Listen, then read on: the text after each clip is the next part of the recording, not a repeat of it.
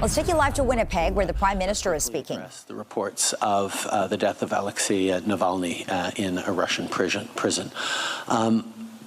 Alexei Navalny had been an extraordinary fighter for human rights, for democracy, and someone who was standing up for the Russian people, standing up with extraordinary courage for a better future for Russia and for Russians. We know how much that scares and continues to scare Vladimir Putin.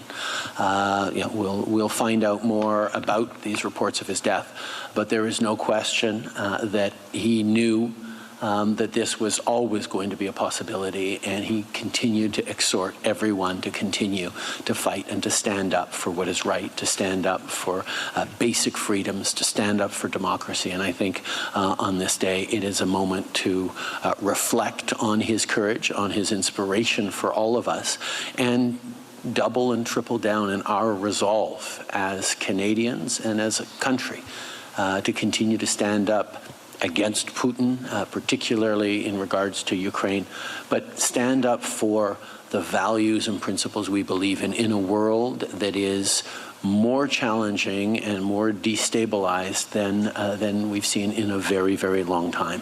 We need to recommit ourselves every day to honor the fight that he and so many others who have often given their entire lives to freedom of others.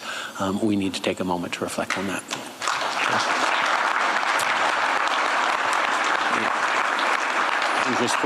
Pour nos amis des médias, je veux prendre un moment pour qu'on se souvienne de l'expérience we've seen in a very, very long time.